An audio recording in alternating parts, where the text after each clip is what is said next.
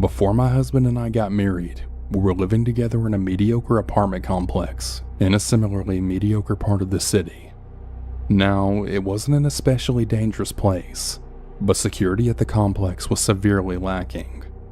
For context, I once had my car stolen right out of the parking lot in broad daylight without anyone noticing. Another issue with the complex's parking lot was its shortage of spaces. This was usually more of an annoyance than anything, but on one occasion, it had put me in very real danger. I was still finishing my degree at the time, and I had night classes that, in combination with an hour-and-a-half commute, left me getting home on most nights well after 11 p.m. Often I was lucky enough to find a space in the main parking lot by my building, but there were a few occasions when I found myself having to park in a much farther lot. This lot was very poorly lit, it had no buildings near it, and usually had very few cars in it. It was creepy in and of itself, but what really scared me about it was the extended walk from it. As a 21-year-old woman, I had already had plenty of experience with creeps, late-night walks, and unpleasant combinations of the two, but usually those walks were down a street or somewhere more public. Walking alone through this big, dark, empty lot really made me feel like sitting prey. No one had noticed when someone stole my car in the middle of the day. Why should I expect anyone to notice if something happened to me there in the middle of the night? With all this going through my head most nights to begin with, there was one evening in particular when getting out of my car just felt like a really bad idea. Now, I'm not a superstitious person, but my intuition was buzzing from the very minute that I unlocked my door.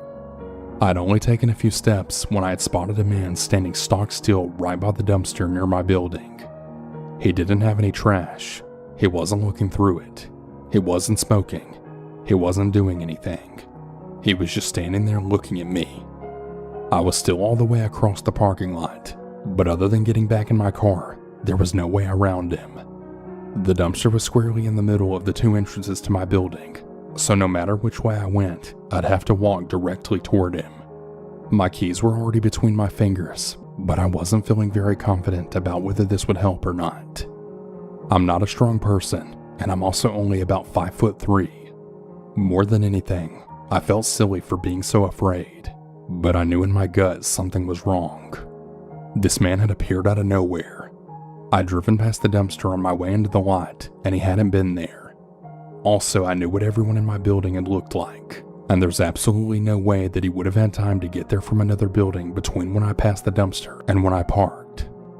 As I got closer, it became increasingly obvious that I wasn't imagining the man staring at me, especially because, as I got closer, he turned his body so that he was always facing me, kind of like a sunflower, just rotating in place, always watching me.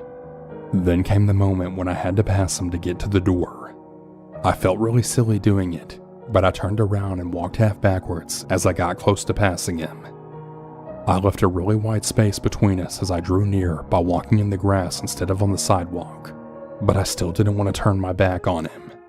Eventually, though, I had to, and the second I did, I heard footsteps. Not just footsteps, but running footsteps. They were coming toward me and really fast, so I ran too. I sprinted to the building, ran up the steps to the door, entered the pen as quickly as I could, and then hoped to hell that he wouldn't be able to follow me. I didn't stop running until I got to my apartment door, 3 flights of stairs later. My neighbors were probably pissed about the noise, but I was terrified. The second I got in the door, I told my then fiance everything that happened between panic breaths, and he immediately called security. While he did, I went to go peek through the balcony window to see if I could spot the man. I couldn't. He was nowhere to be seen. When security finally arrived, they reported the same. No one was around.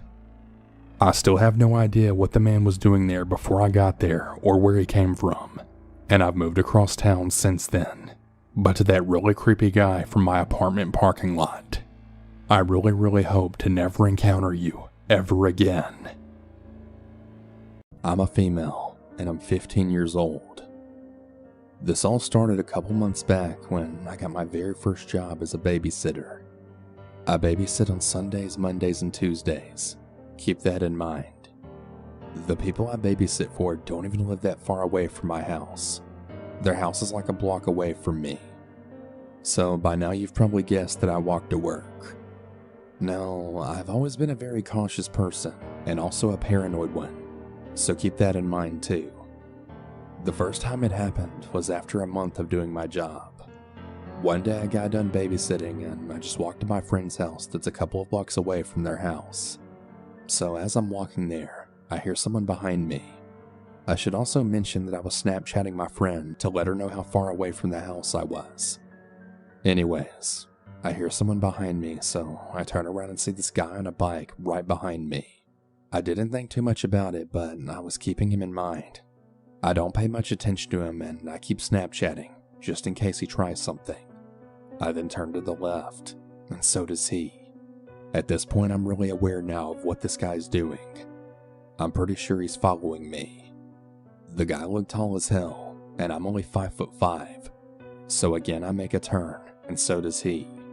By now I'm getting pretty panicked and I'm very much aware that this guy is following me. Anytime I slowed down, so would he. If I sped up, again so did he.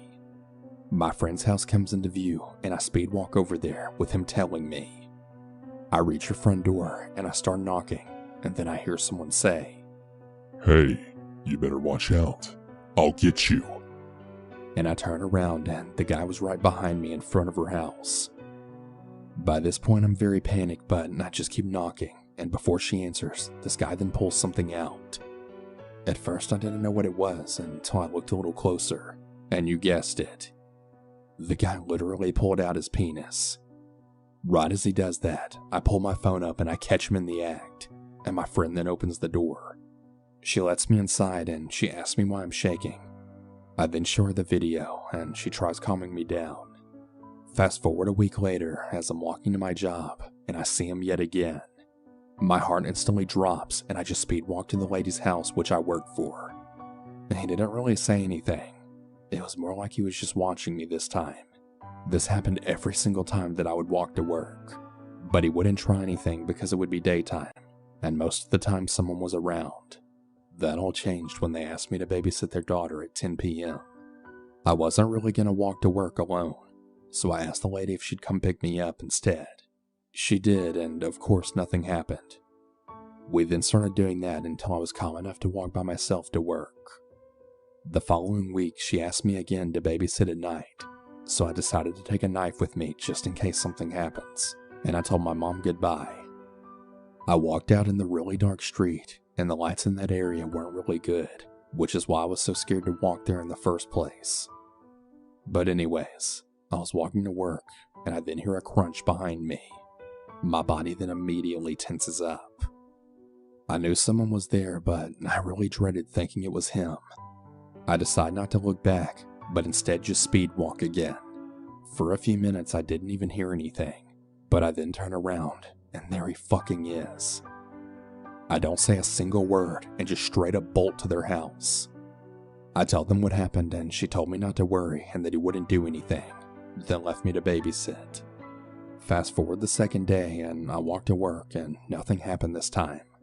I was checking all my surroundings like a really crazy person, but no one was there.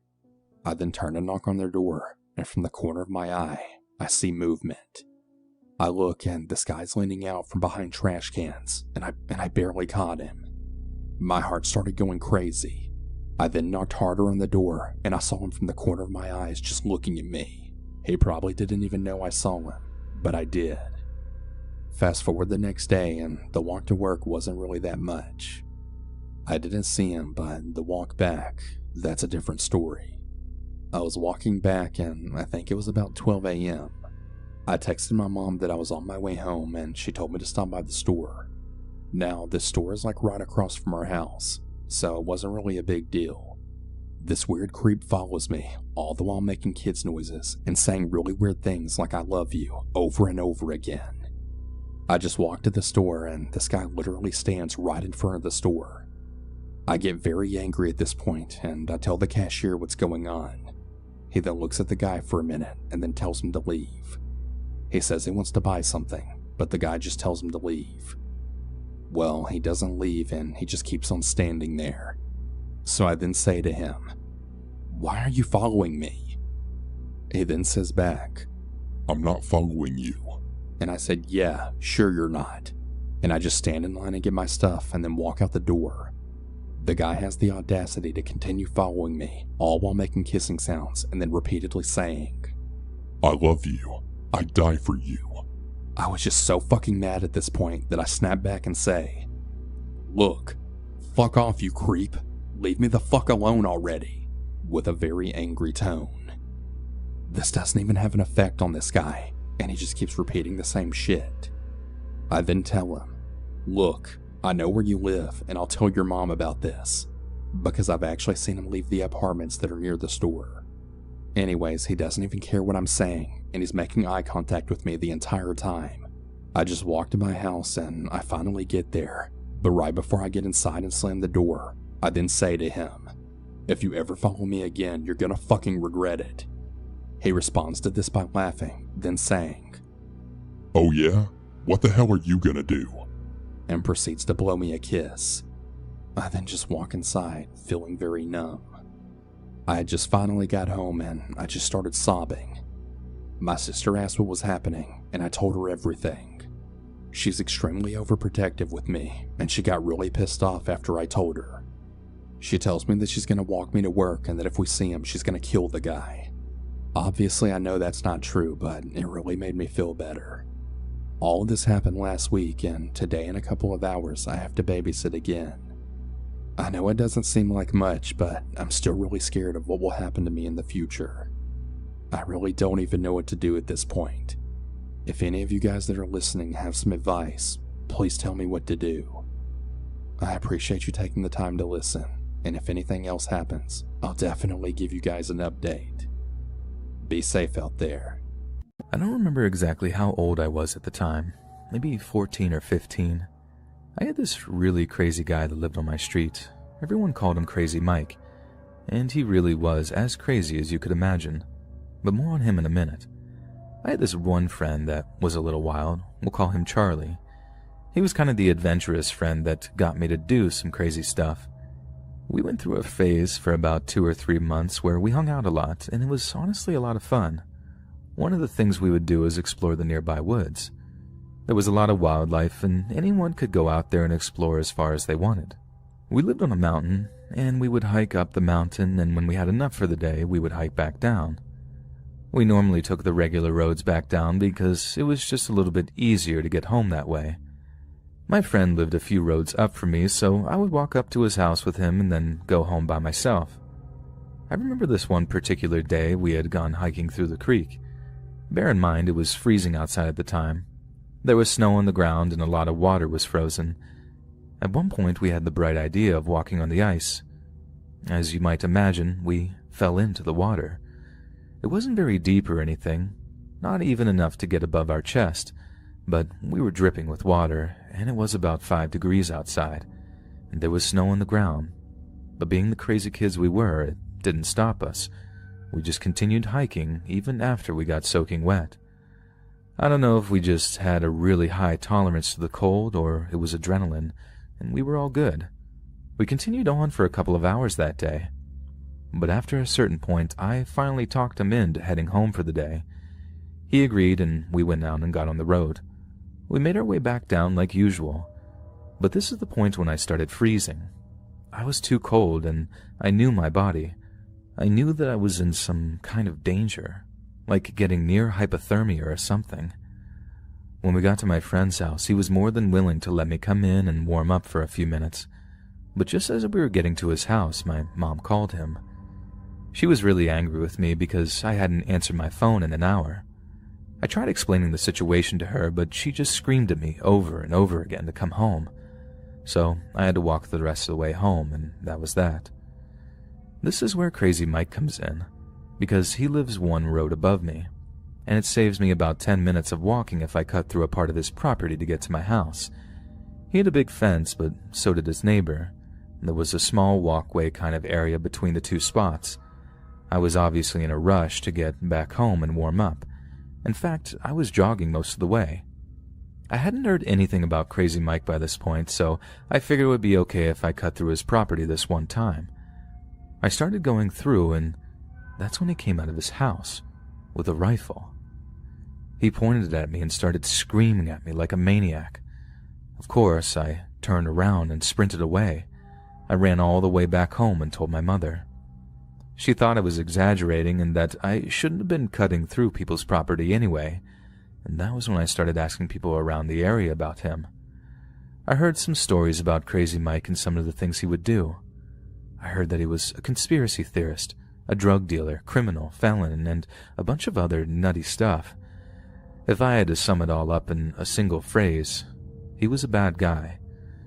Whoever I asked never had anything good to say about him, and the part that freaked me out was that I still had to pass Crazy Mike's house on my way home.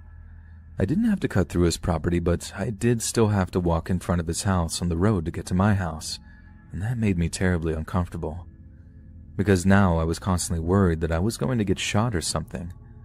I still would go hiking with Charlie and all that, and after a couple of times of going home, there was no incident, so I thought that was going to be the end of it. However, I noticed something else.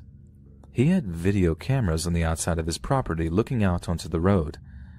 I'd never noticed them before, but now that I was aware of his insanity, I paid a little bit more attention. Whenever I walked by, the cameras would follow me. What freaked me out the most was that they were manually operated cameras. They weren't the kind of cameras that just followed motion around. He was sitting there operating those cameras every single time I ever walked by, watching me. I'm not sure if he was recording all the footage or not, but he made me uncomfortable either way. I remember there was this one time when I was walking home from Charlie's house at night. It must have been about 10 or 11. It was really late, and even then, the cameras followed me as I walked by. I thought that was going to be it, that nothing else was going to happen between me and Crazy Mike. Well, I was dead wrong. It was still during the same winter season, and I was walking home during a blizzard. And that was just the kind of guy I was. My mom was going to order pizza that night, and I didn't want to miss it. I passed by Crazy Mike's like I always did, and that was when something unexpected happened. He had this giant fence, and it had to have been 15 feet tall, and it was this really thick wood. Part of it opened up, and a dog ran out after me. I couldn't tell what kind of dog it was, but it was angry and barking at me really loud, and ran after me, and I could tell that it was going to bite me as hard as it could. I got a seriously violent vibe. I was lucky that I was in really good shape and managed to sprint away, having a head start. Didn't slip or anything else either. That situation could have turned out really bad, really fast. But either way, my family ended up moving a few weeks later for unrelated reasons. My mom actually got a new job in a different state, and that was the end of my experience with Crazy Mike. Even now I wonder what his problem was. Was he some kind of drug dealer or criminal? Why was he so paranoid about some kid walking in front of his house or cutting through a piece of his property? I've asked my friend on Facebook a couple of times if he's heard anything about Crazy Mike, and apparently nothing has changed. So make of that what you will. I guess the moral of the story is that you should avoid crazy people as much as you can. Sometimes, just walking in front of their house. I feel like I should preface this by making it clear that I'm not one of these paranormal-obsessed, ghost-hunting loons that think there's orbs in all their photos. And when I tell you that one of my favorite TV shows is Penn and Teller's BS, where they debunk all those nonsense conspiracy theories and whatnot, I think you get an idea of what kind of person I am. And for years, I went around thinking that science and logic could account for everything, with the only restrictions being the limits of our own knowledge. And that was until something happened to me that I genuinely can't explain. And no matter how hard I tried, I couldn't come up with any legitimate explanation. The whole thing freaked me out so much that it kicked off a kind of hyperfixation in me that lasted for months on end, to the point that my rational skeptic friends started to think that I was losing my mind. But I haven't lost my mind. It actually happened, and as much as people try to tell me that it was nothing but my mind playing tricks on me, I know what I saw, and it just about put the fear of God into me. We're going back to early spring of 2017 here, the time of the year when it's still getting dark fairly early here in the Northeast. It's around 9 p.m. and I'm driving back to Narragansett from my buddy's place in Newport. when I decided to take a shortcut through Saunderston. It's a drive I'd done like 100 times by that point. I felt like I could do it with my eyes closed at a push. But maybe that's what made me so complacent, a self-assured cockiness that's gotten me into trouble on more than one occasion, because about halfway into the journey, I must have switched off and taken a wrong turn. Next thing I know, I'm having to turn into a residential cul-de-sac to make a complete 180, and I'm so embarrassingly lost that I find myself reaching for my phone to check Google Maps. I check my position, mentally make a note of the turns I have to make to get back onto the highway, then start turning off the street as I put my phone away. When bam, there's a car in front of me. I slam on the brakes, let out a string of curse words, and prepare myself for, at the very best, a few scolding honks of their horn. I then start mouthing apologies at the driver, taking my hands off the wheel and being like, "Dude, I'm so sorry. My fault. My bad." When I noticed something really unusual about the car they're driving. It was a legit classic car. And don't go thinking 70s Camaro or something. This thing was a Buick, like one from the 30s or 40s or something. The kind of car you'd expect to see Al Capone climbing out of in Prohibition-era Chicago. And it was crisp, too. The guy must have sunk some serious cash into that thing because pretty much everything looked brand new. I suddenly realized that while I'm checking this guy's old car out, I'm actually still blocking him in. So I start backing up after giving him a nice car kind of thumbs up after pointing to his hood. The guy doesn't react though, at all. The whole time he's just smiling at me through his windshield. And as I start backing up to let him pass, I remember how he almost looked like one of those old ventriloquist dummies. Something about his hair or how waxy and pale he seemed to just trigger the association. Then, right as I'm about to give him enough space, my car just shuts off. The engine, the battery, everything. I jiggle the keys around, kind of frantically by that point, because I figured I'm making a total idiot of myself in front of the dude with the cool vintage car, but nothing happens. Lights won't turn on, engine won't fire. My first thought is, God, of all the times for my battery to die, why now? My car was a piece of garbage back then, making it disappointing but not a total surprise. But I'm still blocking in Buick guy, who's surely getting mightily angry after sitting there for a solid few minutes. So I roll my window down, lean out a little, and start yelling over to the guy's car that he has to go around. But he doesn't respond. And all I can hear is this creepy old music coming from his car. I can't see a thing of him because of high headlights.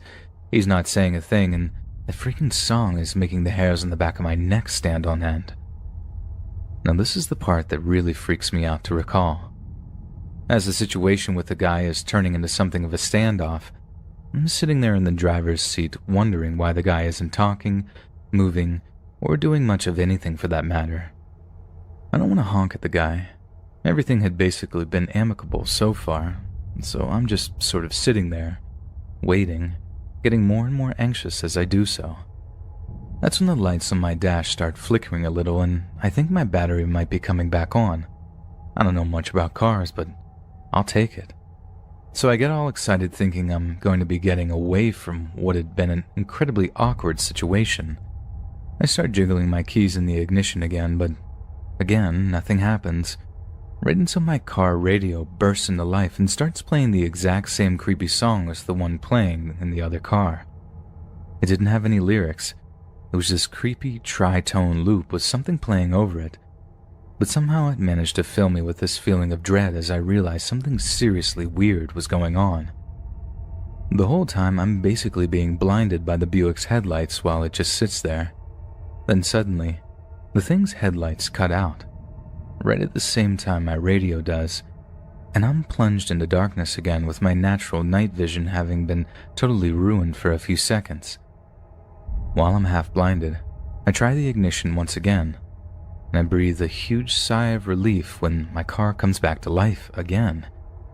But that little moment was severely short-lived because, as my own headlights turn on, the old Buick is nowhere to be seen. It came as such a shock that I actually screamed out loud, spinning around in my seat like I might catch a glimpse of it driving away. But no, there's absolutely no sign of that Buick anywhere. It was like it had just straight up vanished into thin air. You think with a big old engine like that, I'd have heard it driving past me, even if I was distracted by other things. And the time between the headlights cutting out and me getting my car running again couldn't be anything over 30 seconds. It would have had to zoom past me to disappear from my view so quickly. Have you ever felt super stoned and you don't even smoke? That's what it felt like. I'm putting the entire thing on myself, trying to explain it away as like a mini stroke or something, and it even occurred to me that my buddy back in Newport might have dosed me with something groovy, so to speak. But no, sober as a judge the whole time. And you can bet I didn't drink anything because those Rhode Island state troopers just love hunting DUIs. So like I said, because I couldn't find any way to explain what happened, it kicked off something of a hyperfixation in me. I revisited the cul-de-sac where it happened, looked up potential classic car owners in the Narragansett area, and researched medical papers on blackouts and time loss.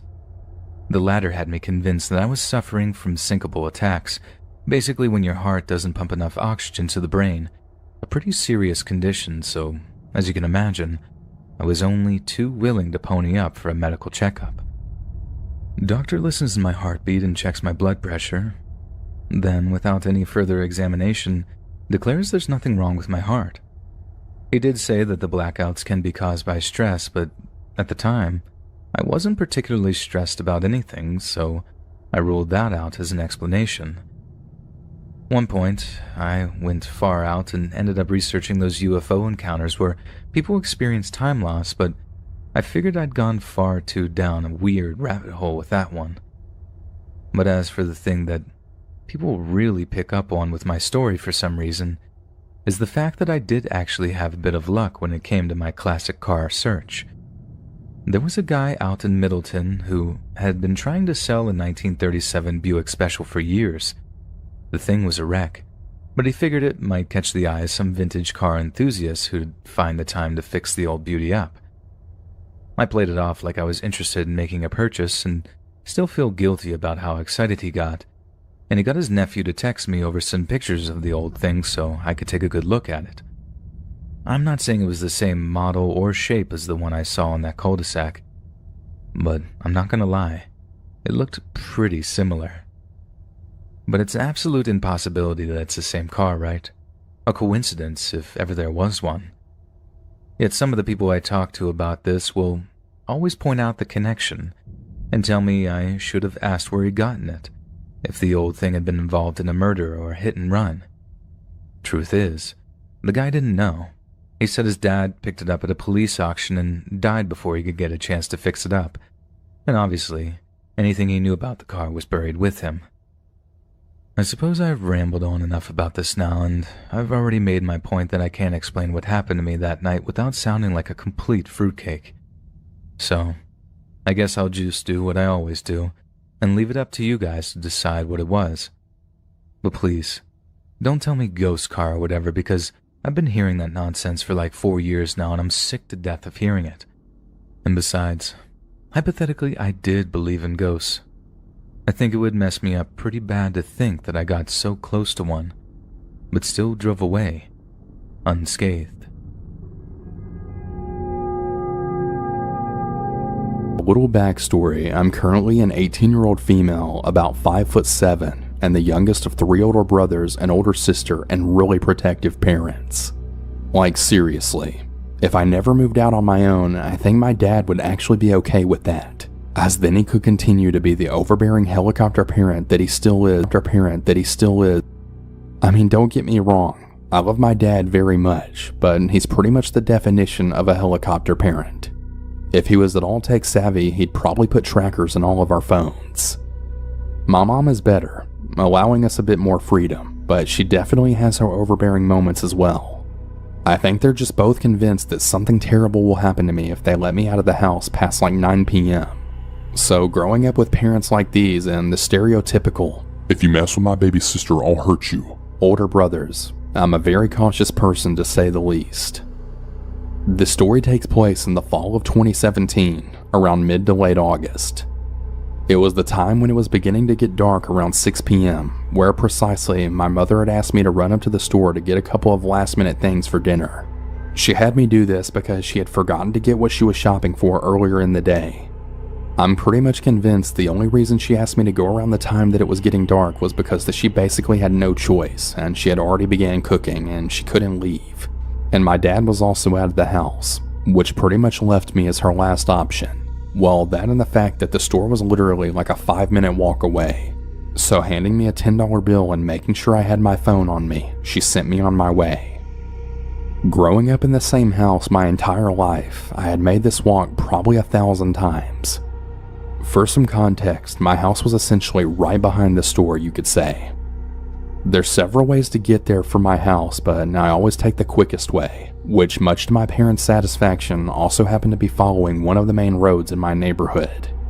The store that I was going to was in a shopping center that didn't really have much in it, especially on the side I always came in on. Basically, my point is just that unless you lived in that direction, there was really no reason for you to be walking over there. Upon reaching the entrance of the store, I had saw an average-looking guy sitting on the bench right outside the automatic doors. He was wearing the orange shirt and brown apron that was the store's uniform, and he was smoking a cigarette. Now, I've had pretty moderate asthma since I was 4 years old, so I always do my best to steer clear of smokers. But seeing as I had to pass him to get inside the store, I just tried to keep as much distance between us as possible. As I was passing him, we had made eye contact, and he said a seemingly friendly hello to me. I offered a wave and a small smile in response, then walked through the doors. One thing that really struck me as odd was that me and my family frequented this store at least like 2 or 3 times a week, and I had not once seen this guy in there. I just did my best to brush it off though, as I grabbed the few things my mom needed, thinking that he might have just gotten hired, or maybe we just coincidentally happened to come in on the days that he doesn't work there. That thought quickly slipped my mind as I then texted my mom that I was on my way home and I left the store, being met with the now dark sky. I noticed the man still sitting outside with his cigarette now long gone, and I could only assume that he was on a break. Once again he greeted me. This time I said a quiet hi in response. I'm naturally a really fast walker, so within about a minute or two I was stepping out of the parking lot and onto the cracked sidewalk. It was then that I had heard footsteps coming behind me, and since I'm already pretty paranoid about these things, my heart began to beat a little faster now. We had just recently got streetlights on our street, something that we didn't have during the time this incident took place, so the only light came from the gas station across the street as well as the porch lights from the house next to me. This only added to my feelings of unease. I had stopped walking and then heard someone shout, "Hey!" from behind me. Quickly turning around, I saw that it was the guy from earlier who was smoking outside the store. He was fast walking up to me, so naturally I had took a few steps back. He noticed this, and he then said in a really calm and overly eager voice, "Hey, I just want to talk and get to know you." I was barely 15 years old at the time, and this dude was at least in his mid-30s. It was definitely creepy. Not even responding, I then turned and began to nearly run home, really thankful that he didn't try to follow me.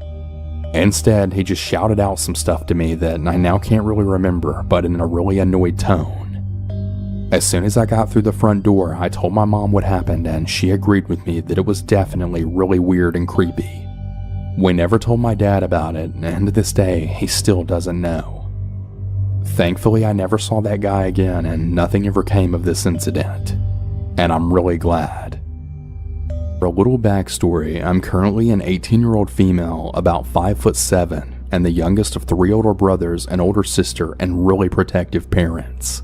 Like seriously, if I never moved out on my own, I think my dad would actually be okay with that, as then he could continue to be the overbearing helicopter parent that he still is. I mean, don't get me wrong, I love my dad very much, but he's pretty much the definition of a helicopter parent. If he was at all tech savvy, he'd probably put trackers in all of our phones. My mom is better, allowing us a bit more freedom, but she definitely has her overbearing moments as well. I think they're just both convinced that something terrible will happen to me if they let me out of the house past like 9 p.m. So growing up with parents like these and the stereotypical, "If you mess with my baby sister, I'll hurt you," older brothers, I'm a very cautious person to say the least. The story takes place in the fall of 2017, around mid to late August. It was the time when it was beginning to get dark around 6 p.m., where precisely my mother had asked me to run up to the store to get a couple of last-minute things for dinner. She had me do this because she had forgotten to get what she was shopping for earlier in the day. I'm pretty much convinced the only reason she asked me to go around the time that it was getting dark was because she basically had no choice, and she had already began cooking and she couldn't leave. And my dad was also out of the house, which pretty much left me as her last option. Well, that and the fact that the store was literally like a 5-minute walk away. So handing me a $10 bill and making sure I had my phone on me, she sent me on my way. Growing up in the same house my entire life, I had made this walk probably 1,000 times. For some context, my house was essentially right behind the store, you could say. There's several ways to get there from my house, but I always take the quickest way, which much to my parents' satisfaction also happened to be following one of the main roads in my neighborhood. The store that I was going to was in a shopping center that didn't really have much in it, especially on the side I always came in on. Basically, my point is just that unless you lived in that direction, there was really no reason for you to be walking over there. Upon reaching the entrance of the store, I had saw an average-looking guy sitting on the bench right outside the automatic doors. He was wearing the orange shirt and brown apron that was the store's uniform, and he was smoking a cigarette. Now, I've had pretty moderate asthma since I was 4 years old, so I always do my best to steer clear of smokers. But seeing as I had to pass him to get inside the store, I just tried to keep as much distance between us as possible. As I was passing him, we had made eye contact, and he said a seemingly friendly hello to me. I offered a wave and a small smile in response, then walked through the doors.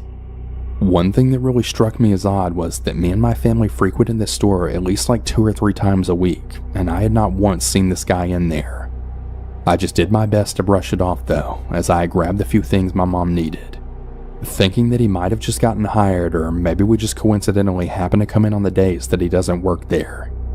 That thought quickly slipped my mind as I then texted my mom that I was on my way home and I left the store, being met with the now dark sky.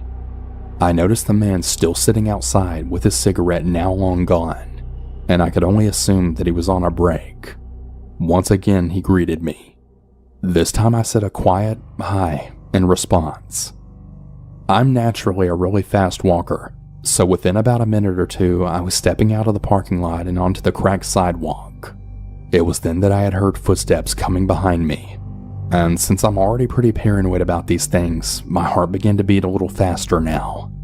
We had just recently got streetlights on our street, something that we didn't have during the time this incident took place, so the only light came from the gas station across the street as well as the porch lights from the house next to me. This only added to my feelings of unease. I had stopped walking and then heard someone shout, "Hey!" from behind me. Quickly turning around, I saw that it was the guy from earlier who was smoking outside the store. He was fast walking up to me, so naturally I had took a few steps back. He noticed this, and he then said in a really calm and overly eager voice, "Hey, I just want to talk and get to know you." I was barely 15 years old at the time, and this dude was at least in his mid-30s. It was definitely creepy. Not even responding, I then turned and began to nearly run home, really thankful that he didn't try to follow me. Instead, he just shouted out some stuff to me that I now can't really remember, but in a really annoyed tone. As soon as I got through the front door, I told my mom what happened, and she agreed with me that it was definitely really weird and creepy. We never told my dad about it, and to this day, he still doesn't know. Thankfully, I never saw that guy again, and nothing ever came of this incident. And I'm really glad. So I just moved to California about 4 months ago, and everything's been pretty much a dry run for the worst. My car got rear-ended, my living situation absolutely sucks, and I'm now more broke than I've ever been in my life. I've also had some pretty creepy experiences out here that have definitely forced me to be more on my guard. I come from a small town where you can walk the streets at 2 in the morning and arrive home in one piece. but I now live in a really large part of LA where you have to keep your eyes peeled 24/7. It also doesn't really help that I watch a lot of crime shows and have now become terrified to leave my apartment after these following events. The first happened in my rental car that I was given due to my car accident. I was a full-time DoorDash driver trying to make ends meet in an attempt to squirrel away some cash, as I knew I'd be relying on Lyft rides and would need basic things such as groceries when my time with the rental eventually ran out. My DoorDash shifts typically ran from early in the morning to late in the evening, as LA gas prices and the fancy grocery rates aren't going to pay for themselves. All of that along with my rent to my crazy roommate. Anyway, fast forward, and I dragged myself and my silver Sentra to a grocery store that wasn't too far away from my complex. The incident was short, simple, and very common. I was pulling into a space at the same time as another car. It was a larger tan SUV. At first, I didn't really get a good look at the people inside the vehicle, and without thinking of any circumstance, I pulled in. Now in hindsight, I probably should have submitted and just given the spot to them. However, it was a really long shift, I was tired, and the spot was really close to the groceries doors.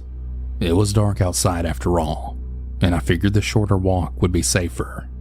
Now, to this day, I can't tell you what possessed me to stay put. Normally I would have gotten out and just put my headphones in without thinking, but this time, something stopped me.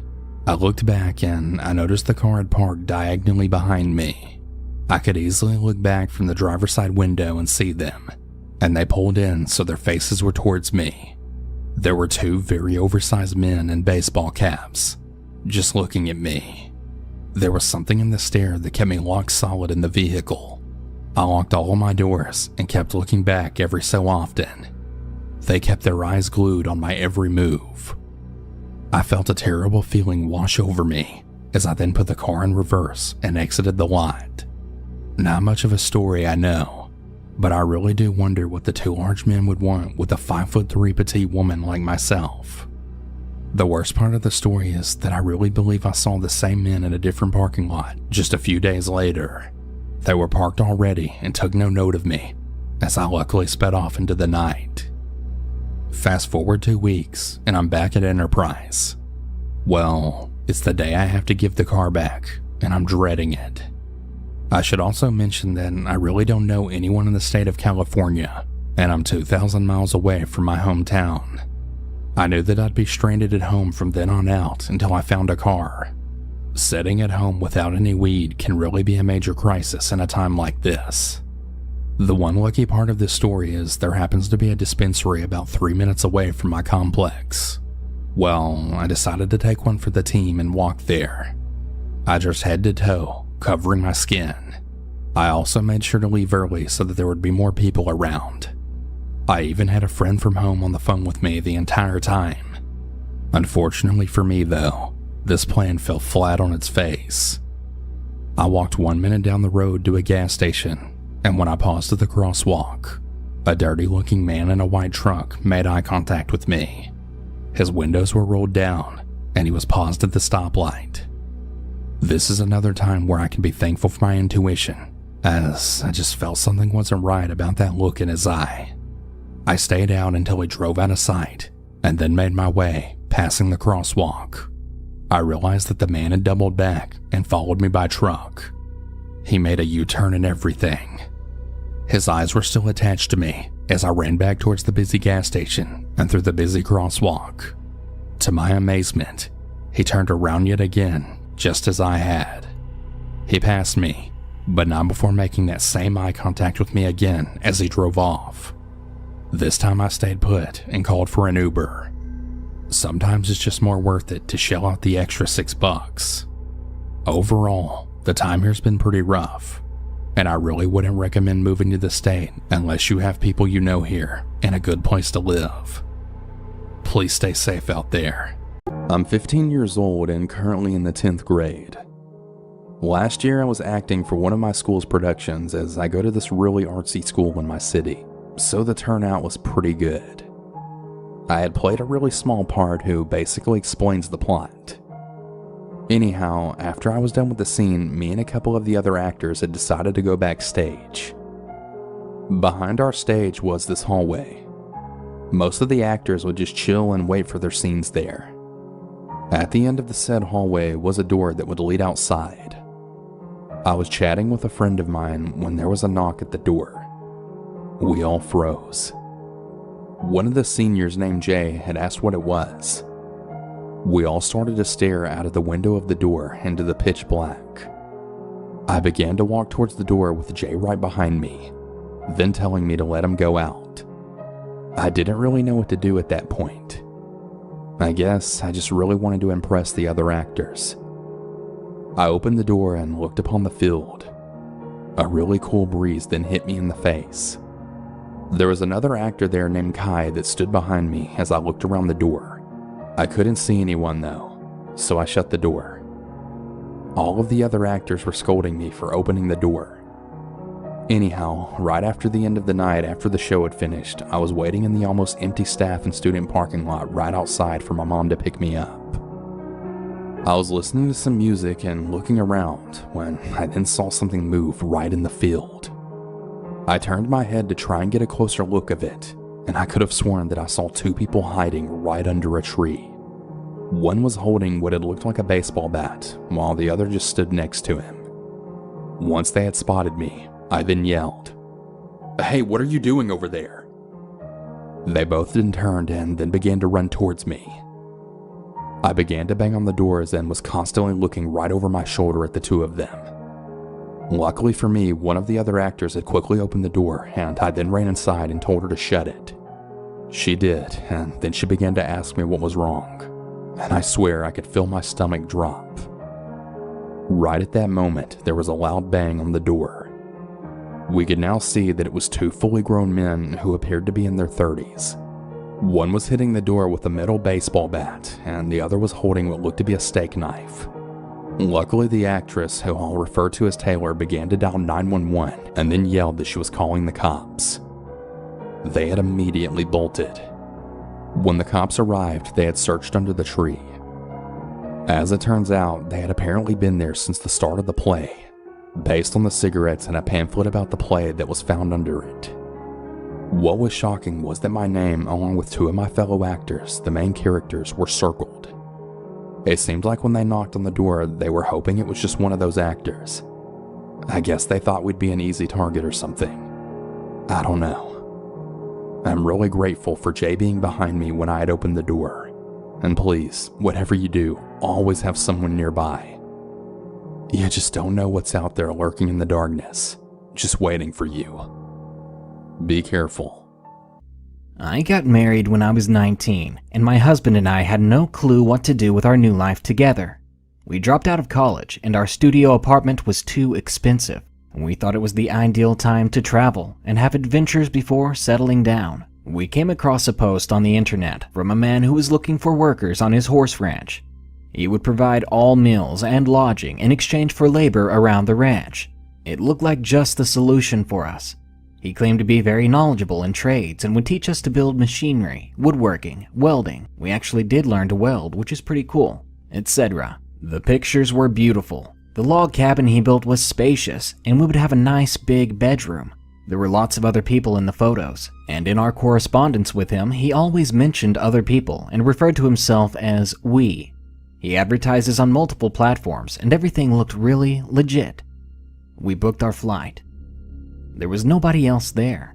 He was in his 60s, but mentally and physically very fit. One of the first things he said to us was, "I never judge people based on their past. Do you believe people can change? I sure do." It seemed harmless enough. He took us grocery shopping and told us to pick whatever we wanted. We immediately got the vibe that his kindness was forced and that he was being over-generous. I'm going to get right into listing the weird stuff we noticed. He built the house himself, and his bedroom had a door to the only upstairs bathroom, which he didn't lock from the inside. He would invite us into his room, and on his table was an old video camera with about 30 little tapes strewn about. He would always talk about how much he loved the Japanese, how he specifically marketed toward them, and had a few Japanese ladies in the past. He often brought up people who had stayed with him before, and all of them had left suddenly and maybe unexpectedly. One day he told us to get in the truck because we were going into the city. We were way out in the country, so it was a long ride, but he was really excited about going. He asked us to walk around and ask young people to come with us and work on the ranch. This made us super uncomfortable. We are introverts, and it just felt very odd to approach people and ask them to get in the truck. He got upset by our disapproval, so we got out and pretended to look for people to talk to. He went to talk to people on his own. As the days went on, his welcoming nature began to give way to a very temperamental and aggressive one.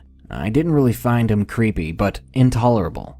I didn't like him at all. He seemed extremely socially inept and said inappropriate things. It was also extremely apparent that he did not view women as equal or anywhere near equal to men. He had had military training and was a big, strong man, cunning, always thinking. Now, our parents never wanted us to go. They realized it to be a potentially dangerous situation, but we thought we had done our due diligence. However, we never even thought to Google this guy's name. I get an email from my mom one day freaking out and telling me to do a Google search, then get on the next plane home. A quick search showed us his arrest record: strangling and sexually assaulting a young woman, followed by headlines reading, "Do not go to this horse ranch. This man is dangerous." We were thoroughly creeped out and booked a flight home. We were then presented with the dilemma of how to tell a potentially dangerous man that we wanted to leave. I forgot to mention that he would tell us daily about how we could live there permanently and start a family. He would fantasize about Christmases with our future children and raising them on the ranch. We thought it was established that this was a very temporary thing, and we had families back home who missed us. This is the weirdest part for me. I made up a lie about an emergency back home, and when I told him, it was like he could see right through me. I'm convinced that he not only knew I was lying, but he knew I was going to lie about needing to leave before I ever opened my mouth. This look came over him that I have never seen on a person before. He was angry, but hiding it. He was hiding so many thoughts and emotions that I couldn't tell if I should be frightened or relieved. Before I finished my sentence, he said, "When do you need to go to the airport?" Monotone. I told him right now. He took us and put on his friendliest personality and told us that if we ever wanted to come back, he would buy our tickets. We said we'd be in touch. Just recently, I Googled his name again and discovered a page, a forum for people who had gone to his ranch, mostly couples like us with eerily similar experiences.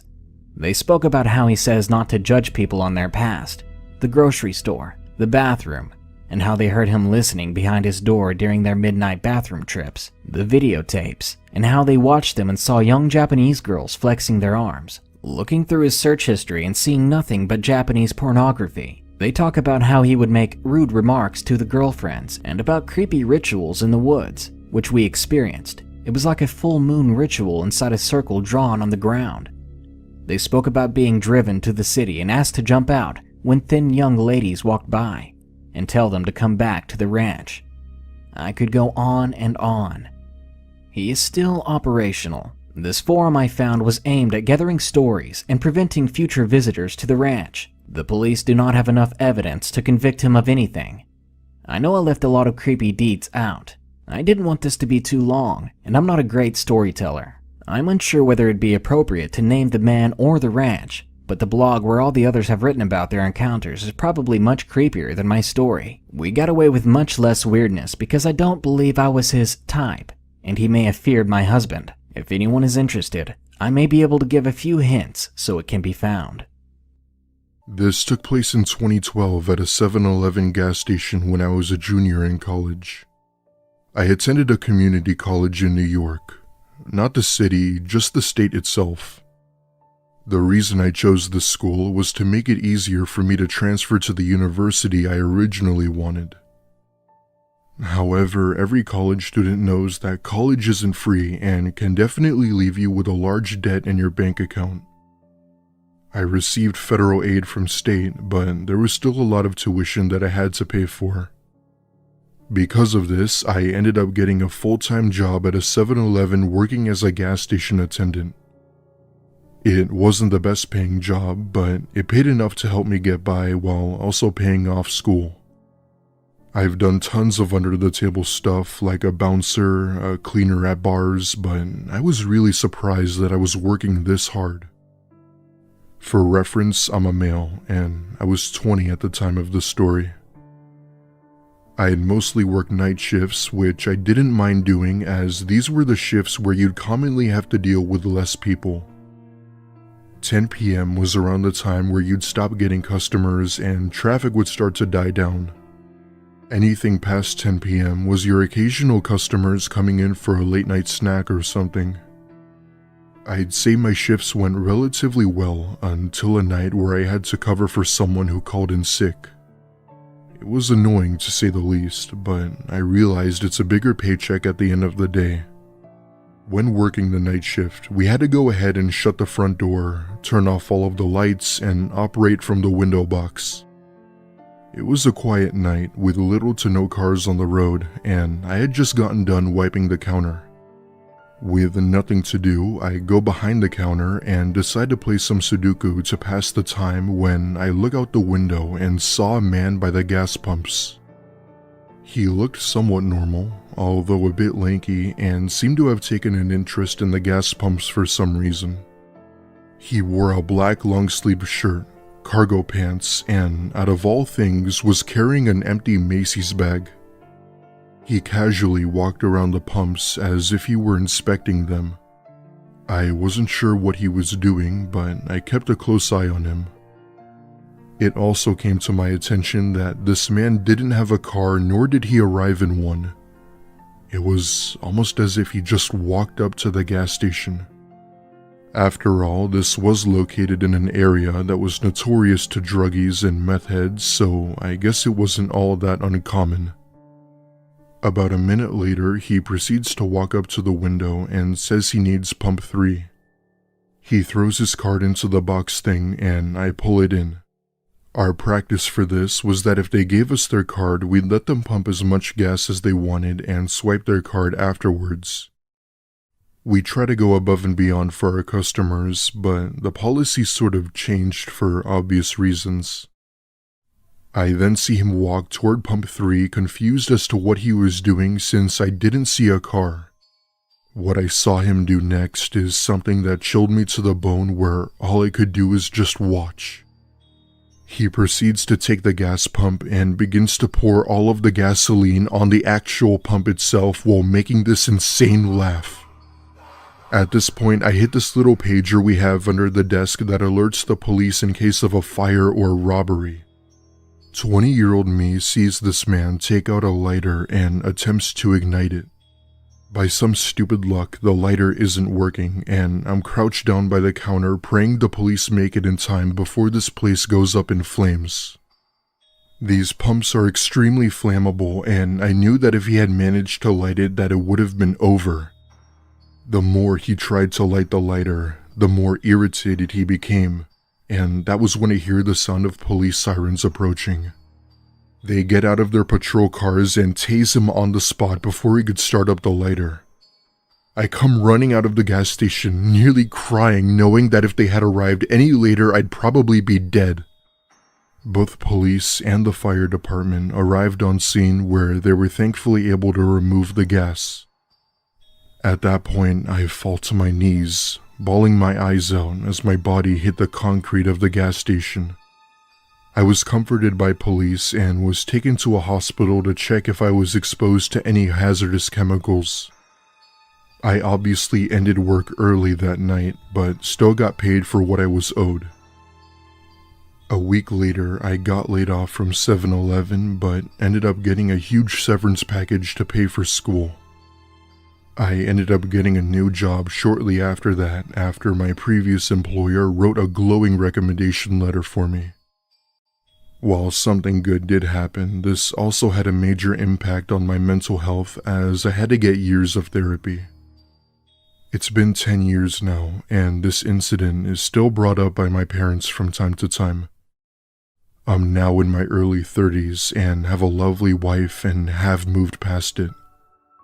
I urge anyone reading this to cherish the time you have, as you don't know what will be your last day. Had that man managed to spark that lighter, I wouldn't be writing this right now. The whole gas station would have exploded, and that's exactly what I thought was gonna happen. I still don't know what his intentions were or why he did what he did, but to be honest, I don't want to know.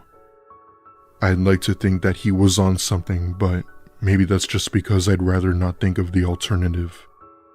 I still think about how it would have turned out had the police arrived even a minute later.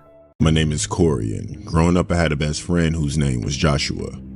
I used to have sleepovers at Joshua's house quite often, and in the warmer months, we would have campouts out in his back garden. What was nice was behind Joshua's back garden was a huge forest where we spent a lot of time exploring and playing. It was Friday and I was with Joshua at his house. His mom said dinner wouldn't be ready for another 45 minutes, so he suggested that we went outside and played with Joshua's new walkie-talkies. So that's what we did until dinner was ready. Later that night, we were in Joshua's treehouse playing board games. His parents had already said goodnight to us.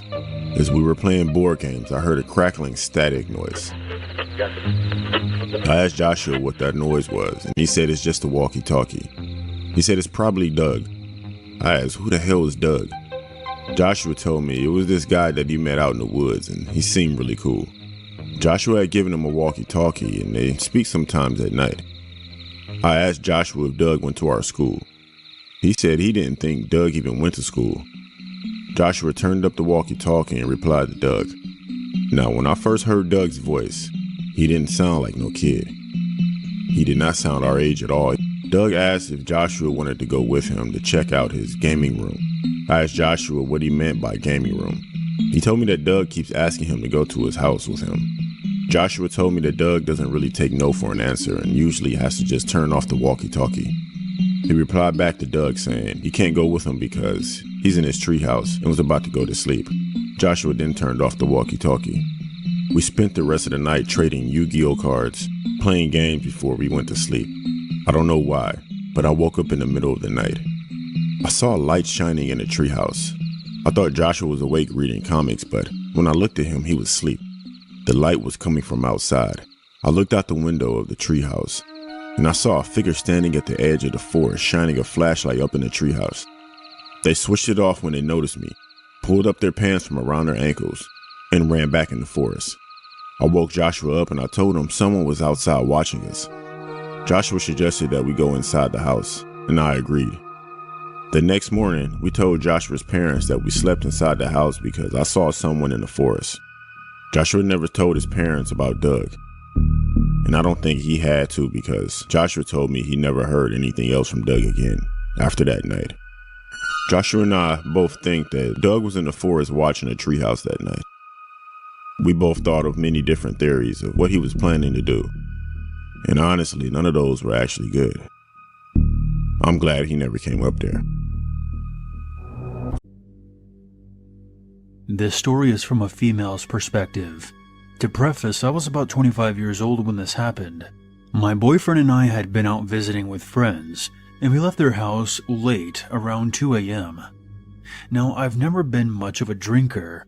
I was addicted to opiates at the time, but that's neither here nor there, so I did the driving. On our way back, we decided to call in some omelets from the Waffle House, which is the only place where we can get takeout in the super early morning. We arrived at the Waffle House and I went inside to pick up our orders. As I was paying for the order, a young man to my left began pacing and mumbling angrily, muttering something I couldn't understand. I didn't really think much of it, since most diner patrons are either drunk or truck drivers at that time of day. When I collected the food and turned to leave, I noticed a young woman outside of the diner. She too was angrily pacing back and forth, grimacing and cursing. The young man followed me out into the parking lot. I sidestepped the woman to get to my car. The young man had gotten into another car, and the young woman sat in the passenger seat. Whatever, I thought. Tweakers. The car with the two tweakers screeched to a halt behind my car, pinning us to the parking spot. Within seconds, the man was knocking ferociously on my driver's side window and yelling at me. My boyfriend and I exchanged what the fuck glances, and I rolled down my car window about an inch. The conversation went something like this. "You stole my girlfriend's wallet, and you better give it fucking back right the fuck now." "I have no idea what you're talking about. I have my own wallet, that's it." "You fucking stole it from the counter, and we're getting it back, one fucking way or another." "Dude, I didn't steal shit. Move your car or I'm going to back into it." "You give it to me right now, or give me yours or you're fucking dead." I rolled up the window and backed my car up a few inches. He continued to scream at me through the window, then leapt back into his car with his girlfriend. They peeled backwards and exited the parking lot. At that point, my boyfriend and I were amused more than anything else, and we re-entered the highway. Just then, we heard the same car roar up behind us.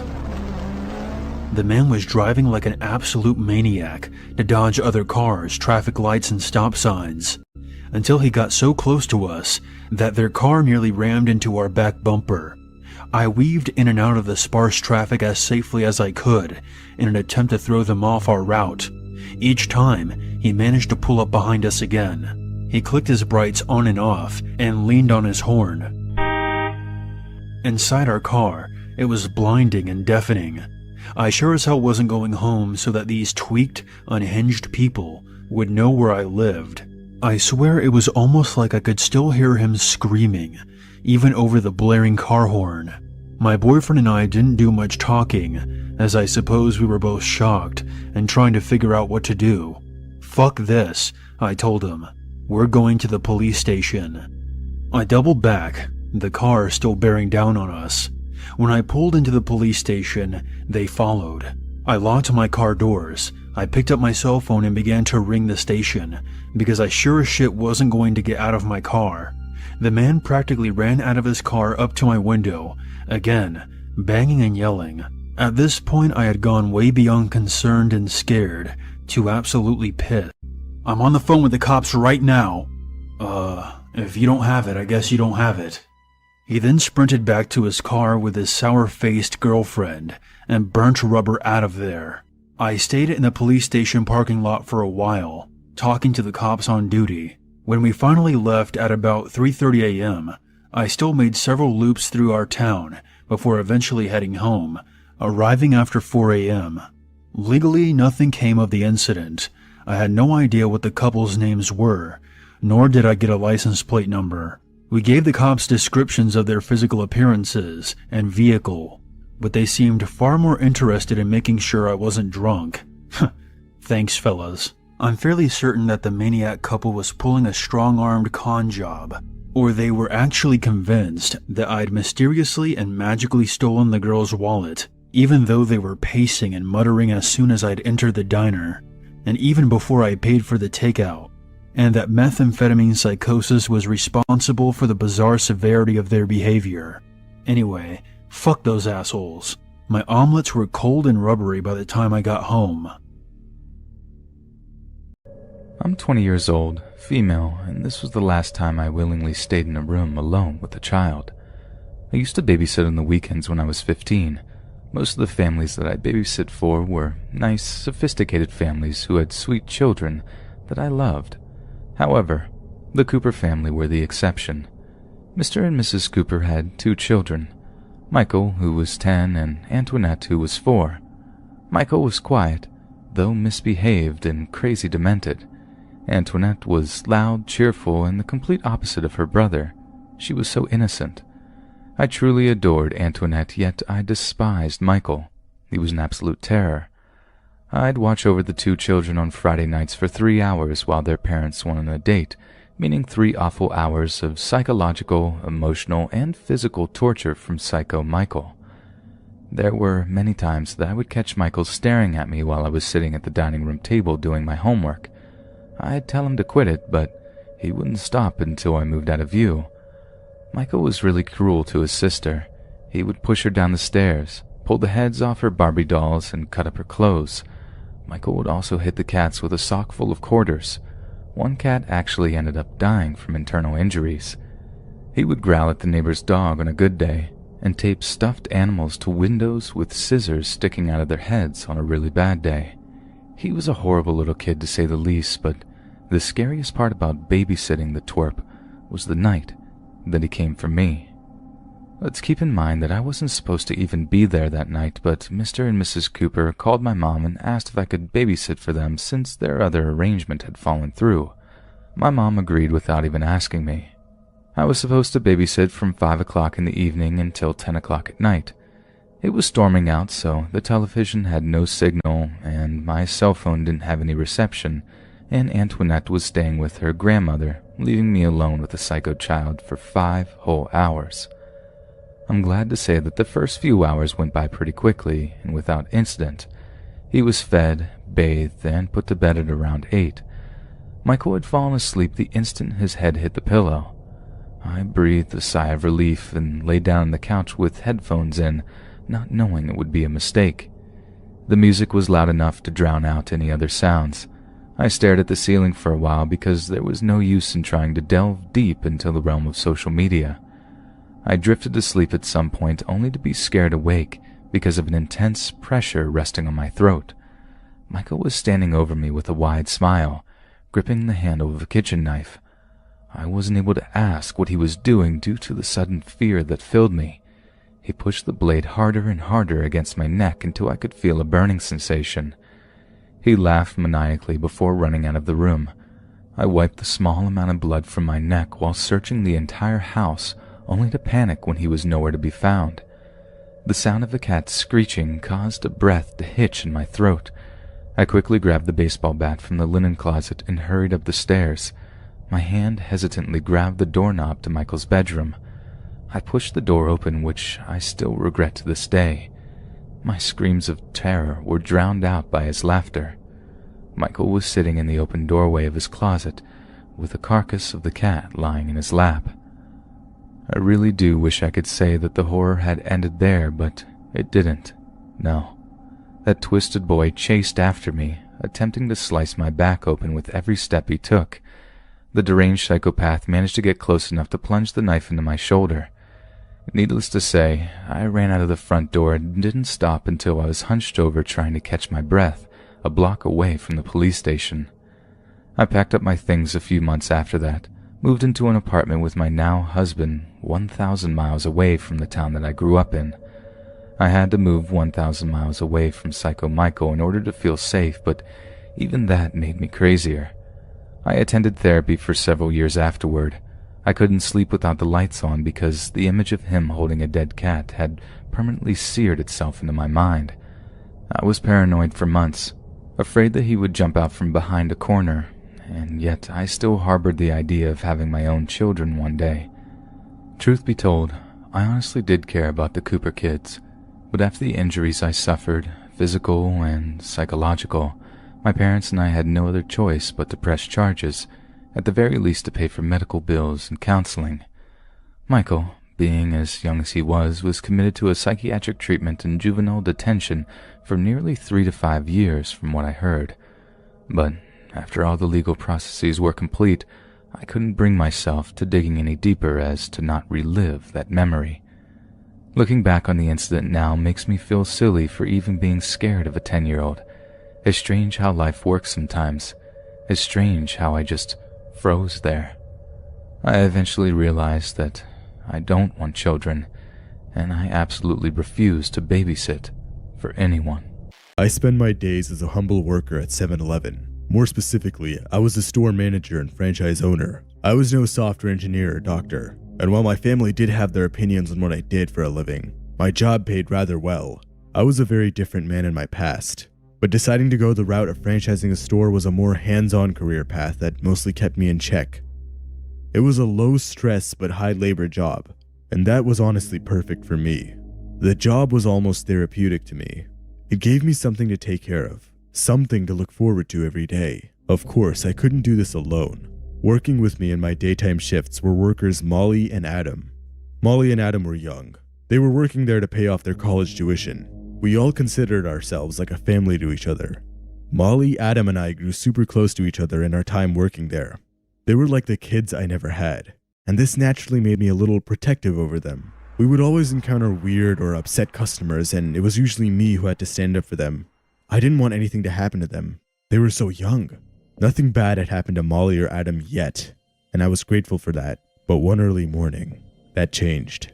It was a Tuesday morning. I want to say the incident occurred around 9 a.m. The sun was out and things seemed to be going normal. This time of day was always peaceful. There was usually never any problems. Eventually, a blue sedan pulled into the parking lot. Inside of the car was a rather average-looking middle-aged man.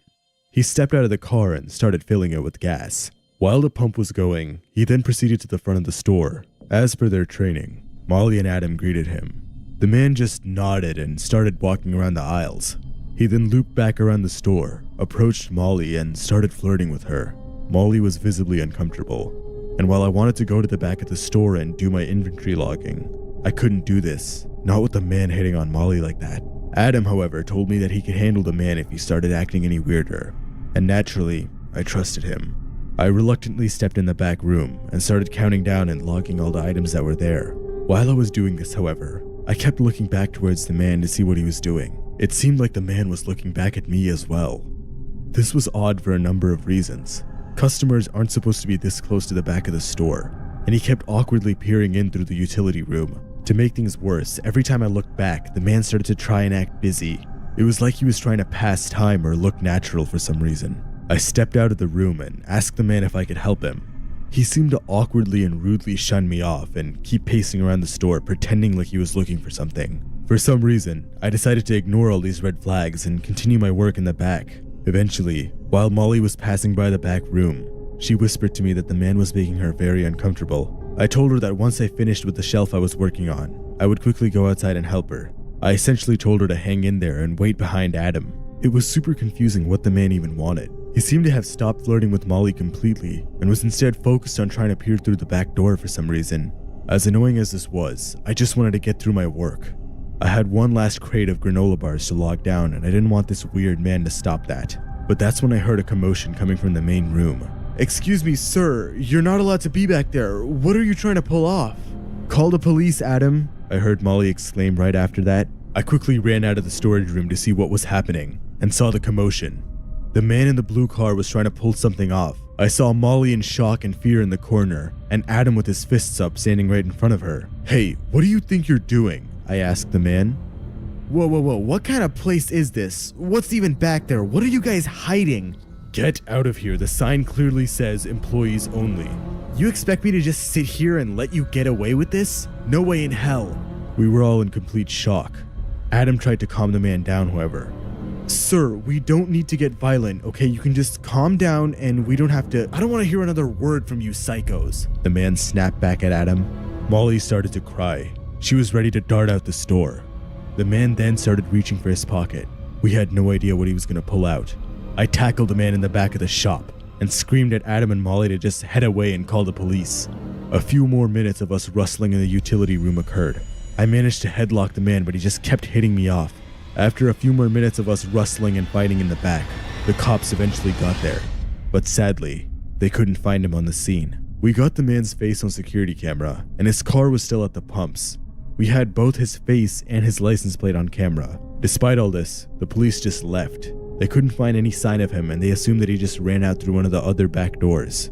As the cops left, I made sure to dump the man's body right next to the first. As I mentioned before, I was a different man in my past. This job really changed me. It seemed like the man in the blue car clearly noticed the other body I had. Normally it's pretty well hidden. Not even Molly or Adam could find it. But I guess one of the legs must have been sticking out or something like that while I was moving stuff around. I re-looked at the security footage to make sure there was no evidence left behind. It seemed like the man wasn't reaching for a gun or a knife. He was reaching for his phone to call the police. I really didn't want it to be this way, but he knew my secret. The man was now part of my collection. Molly and Adam still have no idea what happened, and you bet I'm planning to keep it that way. They can't find out anything about my past. If they did, they'd be shattered. For now, my secret remains safe from the public eye, and I will ensure no one remembers that day. Year I turned 10 years old. My mom and I moved into a spacious 2-bedroom apartment in what is statistically considered one of the safest cities in America. We moved out just a few years ago after my grandmother passed away, but I spent 12 years living in this place. The apartment was one of 5 in our building. You know how a duplex has 2 units in the same building, split down the middle. This building was quartered into 4 units with an added unit on the lower level. We had the unit above the lower level. Our landlord at the time was kind of a If something broke and needed fixing or replacing, he would come and attempt to fix it himself instead of just hiring an expert, and all the while he'd make comments about how women break things. What can I say? Anyway, at the time of the story, I was 13 years old. Our dumb landlord rents out the lower level unit to a lovely young couple. Their names were George and Lisa. On the night they moved in, I remember they had music just blasting from their new home as they moved furniture in boxes down the stairs with their friends. It was uncharacteristically loud for the neighborhood, but none of us other residents actually had a problem with it. They seemed pleasant enough. The pleasantries lasted about a week before George and Lisa started having these blowout screaming matches. My mom and I would hear her start screaming and cussing him out. He tried to get her to back off and calm down, and then they moved on to the next stage, which was slamming. Always after an hour or so of this, things would go quiet. Then Lisa would be heard in the back of the house, where the bedrooms were, just sobbing. There was one day where I heard Lisa walking around outside, having a conversation with herself in different voices. A few more weeks and we began to notice that George and Lisa got a lot of strange visitors at strange times, who always seemed intoxicated, and sometimes banged on our huge living room window, without knowing whose window it was. When it was very quiet, I heard scraping sounds coming from the kitchen area, a lot. One time I heard George and Lisa having the most obnoxious sex I've ever heard. The night things went too far for us was when a woman showed up at 3 in the morning with an empty milk jug and started ringing every doorbell to our building, scratching at the front door, trying to get in, moaning and yelling for George and Lisa. She disappeared after a few minutes, and suddenly we hear the back door to the building jiggling. You could tell there was more than one person trying to break in. My mom called the police and we gathered our things and went to a restaurant for breakfast, exhausted after no sleep. We then went and booked a hotel for the night. We just couldn't deal with them again. After we complained to the landlord and the police multiple times, things got quiet and really awkward between us and the neighbors. And that's when the FBI showed up. I go to answer the door and the man and woman ask if they can talk to my adult. I say sure and lead them to my unit, which we always kept open during the day anyway. And right there, they open a binder and show us photos of George and Lisa. They ask if we happen to have seen them before, and we tell them they live downstairs. It turns out they're both living under false identities, major fraudsters, and dealing cocaine. Shortly after this, George and Lisa moved into the apartment building across the street, and they were arrested within a month. In January of 1992, Kelly Day Wilson was just a 17-year-old senior at Gilmer High School. With her well-coiffed curly blonde hair and extravagant jewelry choices and bright blue eyes, Kelly Day was a pretty picture, and had no problem making friends after she relocated from Natchitoches, Louisiana to Gilmer, Texas, so she could live with her mother and stepfather. She hit the ground running and struck up an on-again, off-again relationship with a young man by the name of Chris Denton, and the two spent a great deal of time together in the lead-up to the new year. It seems Kelly's life was going swimmingly well, and it's clear that no one could have possibly expected what fate had in store for her, something that would raise questions among true crime enthusiasts that pervade even today. On January 5th, 1992, Kelly finished her shift at the Gilmer Square outlet of Northeast Texas Video, closing the store at around 8:30 p.m. before heading over to a local bank to deposit the store's daily takings. This particular bank branch's security cameras showed that an individual did indeed make the night deposit for that evening, but the captured footage didn't provide a clear enough image of the person for a positive identification of Kelly, simply showing an arm in her car. We can presume it was her, but we can't be 100% certain. After locking down the store's shutters with their manager, Joe, he wished Kelly good night before driving away in his truck. The last he ever saw of her, she was last seen wearing cut-off stonewashed jeans, a purple rugby shirt with gold trim, and brown loafers, and was getting into her car in preparation for her night drive to the bank. But Kelly didn't arrive home that night, nor did she check in with any of her friends. Her mother became so worried that she sent her stepfather out into the night to aid in the police search that ensued. And like grim Providence, it was him that found Kelly's abandoned car in the Northeast Texas video parking lot at around 5 a.m. The car was sporting a single slash tire, and all of Kelly's personal belongings, including her purse, were inside of her car. Only she and her keys were missing. At first glance, what happened appeared to be a complete mystery, but it was one that local law enforcement was determined to get to the bottom of. For 2 years, the investigation into Kelly's disappearance was headed up by a Sergeant James Brown. One of the first people investigated was obviously Joe, her manager, and the last person to see her alive. However, not only did Joe have multiple alibis, he passed several lie detector tests issued by the police, and as a result, he was rolled out as a suspect. Sergeant Brown oversaw a team consisting of hundreds of police officers and local volunteers, one of which poured thousands of man-hours into an intensive search of the surrounding area. Yet despite such a thorough search, as well as hundreds of tips from the general public, not a single trace of Kelly was ever found. Police believed that they were close when they arrested 17-year-old Michael Bibby, who was taken into custody on misdemeanor charges in an incident of alleged tire slashing. Michael was guilty of many, many things, but as police discovered, slashing Kelly's tires wasn't one of them, and in the end, he too was ruled as a suspect in Kelly's disappearance. Investigators then turned their gaze to another suspect, Kelly's on and off again boyfriend, Chris Denton. The couple were said to have been going through a rough patch at the time of her disappearance, and with people saying that Chris had something of a short temper, there was a period where he became the case's prime suspect. However, through the course of the investigation, circumstantial evidence would clear him of all wrongdoing, and the police would be forced to look elsewhere for their abductor. Unbelievably, in a number of interviews conducted in the process of their investigation, police had heard a handful of stories alluding to a satanic cult that called Gilmer home. But since the accusations named members of law enforcement as members of the cult, specifically Sergeant James Brown himself, the claims weren't taken seriously by those that heard them. Yet, in 1994, the local community was rocked by almost 50 indictments against 10 different people, all on charges of child abuse. And given some of the evidence presented against them, police proceeded with charges of aggravated assault, aggravated kidnapping, and capital murder in connection with Kelly Day Wilson's disappearance.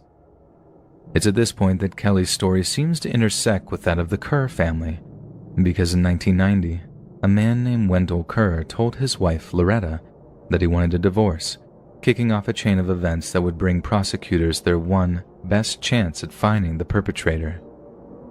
Wendell Kerr was one of 6 adult children of Eugene and Geneva Kerr, a couple who were briefly married in the 1950s before a hastily divorce.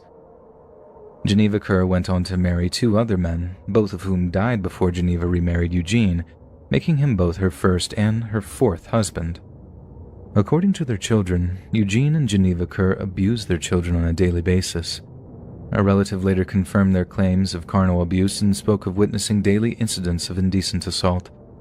This same relative also confirmed that they'd witnessed Geneva Kerr's interest in satanic practices, including daily readings from the Satanic Bible and an interest in both animal and human sacrifices. In exchange for law enforcement's help escaping the Kerr family, one of their grown-up sons' wives offered to tell investigators everything. She claimed she was kept as a slave to the family for 10 years, couldn't drive a car, constantly threatened by Geneva and Danny, and her only form of identification, her birth certificate, was kept by Danny in his wallet. In her own horrifying words, her role was simply as a breeder. Cut back to Wendell asking his wife for a divorce. Loretta strongly began to suspect that Wendell was trying to ditch her for a younger woman, and if that was the case, she was going to burn his entire life down before she left. She went to the police with accusations, and as a result, Wendell was arrested, placed on the offenders register, and forced to serve out a period of probation. A state welfare worker assigned to the case later concluded that ritualistic, satanic abuse was endemic in all branches of the Kerr family, and over the next several years, almost a dozen of the clan's children were taken into the care of Child Protective Services. The social worker also mentioned in a horrifying affidavit that in October of 1992, 2 of the children took us to show us where the devil meet people to abuse and hurt babies. In 1994, the escaped Kerr wife was interviewed by the Harrison County Jail in Marshall, Texas, in which she described in gruesome detail the torture that Kelly Wilson would receive for approximately 9 days before she was ritually sacrificed and then cannibalized. She described Geneva as the leader and said that several of the Kerr clan, along with Sergeant James Brown, were all present during these events. Connie Martin and Wanda Kerr both had stated in interviews that Kelly Wilson was a birthday present for Geneva Kerr, and that the matriarch reveled in the poor girl's torment. Yet in light of the accusations, it came to light that information was allegedly coerced from the Kerr children, as well as some of those indicted in the disappearance. Some of the children were allegedly programmed to tell the stories the investigators wanted, while the prosecution tried to coerce a confession by offering life in prison in opposition to the death penalty as long as they confessed to the killing, best summarized in the quote from a state official that reads, "Investigators working on little more than hearsay have created a mythology about a satanic cult, leading to what some describe as a modern witch hunt. They indicted a whole family and even a police investigator, destroying his law enforcement career, straining his marriage and prompting death threats. The Texas Attorney General, finding no evidence any of the charges were true, instead uncovered suggestions that the whole cult theory was the product of coercion by overzealous investigators, even to the point that they physically restrained children to elicit allegations of satanic activity. Ultimately, the Attorney General's office were forced to dismiss every single one of the charges alleging satanic abuse and sacrificial murder. The satanic cult was found to be a complete fabrication, nothing more than a fantasy concocted by the Kerr children under the influence of police investigators. Chris Denton, Kelly's old boyfriend, tragically died of cancer in 2004, but there were rumors that he had made a deathbed confession. But close family dismissed these allegations as thoughtless, malicious hearsay and maintain Chris's innocence to this day. Joe Henry, the owner and manager of the Northeast Texas Video and the last person to see Kelly before she vanished, stayed mostly under the radar for a number of years. But in a despicable twist in the story, Joe was arrested on charges of possessing indecent images of children. However, police have emphasized that in spite of the nature of the charges against him, he had never been considered a serious suspect in Kelly's case. For all the twists and turns, trials and confessions, finger-pointing, and numerous suspects, Kelly Wilson has never been found, despite 20 years of searching. She is presumed dead, but a body has never been found and no valid charges have ever been made in connection with the case. Thank you for reading my story. I must start by saying this story falls about average or maybe even below average on the scary meter. But it was such a strange event that I found it discussion worthy. So maybe some of you will rate it high on that strange meter and maybe some of you will just think it's lame. I lived in the third house at the end of a dead-end road just on the outside of a small town in Ohio. Many strange and dark things happened there. Maybe I will share those stories some other time. But one night, I was left perplexed by something I saw from my bedroom window. This old house did not have central air. Although I had a window unit in my bedroom, I'd like to shut it off and open the windows on cool, breezy nights. I loved listening to the sounds of nature. Surrounding the dead-end road were many miles of woods where I would see coyotes, raccoons, possum, and deer. These were everyday sightings. There were many times throughout many nights where the woods would go silent. I think most of you know when the woods go silent there is likely a predator of some kind nearby. One night I had my windows open. It's after midnight sometime, and I'm just browsing Pinterest on my phone when the woods go silent. It seemed like it was 5 minutes or so before I noticed how long everything had been silent. You could even hear a pin drop. Normally, when the woods go silent, it was never for more than a couple of minutes. Being curious and wondering if coyotes were sniffing around my front porch again, I got up and looked out my bedroom window that faces the front of the house. Now, at this time I can't remember if I had started listening to these kind of podcasts or not, so I'm not sure if I had ever heard the stories of wendigos or not deer creatures. Listening to one of the Swamp Dweller podcast shows made me remember this event and realize what I saw may have been one of these creatures. For context, the road at the front of my house was paved and went straight until it widened off into our driveway to the left, and the other portion went straight ahead to the right and turned into a dirt and gravel road. Then I looked out the window. Everything was silent, and I was surprised to see what appeared to be a very large and lonely buck walking down the middle of the road towards the dirt road and straight ahead. I watched for it, finding it strange that it was all alone. Normally when you see one deer, there are at least a few close by. As I watched it walking towards the dirt road, I thought it looked strange. First off, I'll be honest, I'm no hunter, but this buck looked massive, 2 or 3 times larger than what might be considered average. Not only was it large, but the way it walked, like it was being worked like a string puppet, or like it was in a trance, or maybe even how a soldier would march. It never turned and looked at me. I never made a sound. I just stood there, rubbing my eyes trying to figure out what the heck I was seeing. I was 100% sober during this, just a heads up. Before it reached the point where I couldn't be able to see it from my window, I looked around. I'm not sure why. Maybe I was trying to see any other deer to rationalize what this was. This was only for a second, and when I looked back, it was gone. There was no way it could have left my line of sight so quickly. That's when I realized I never heard its footsteps. It never made a sound. Just the woods came back to life right then and there, and I almost jumped out of my skin from being so spooked. I just stood at my window, feeling bewildered. What the hell did I just see? Whatever it was definitely not a deer.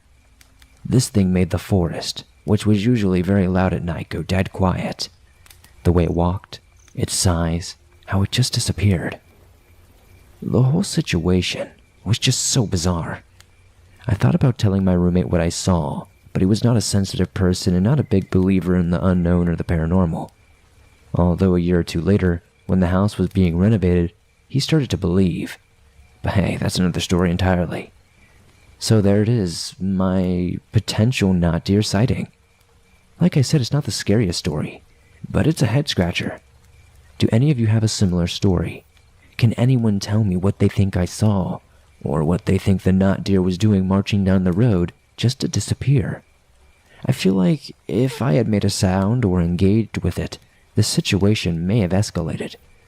I was always under the impression that there might be a portal on the property for spirits or unknown things to come and go through.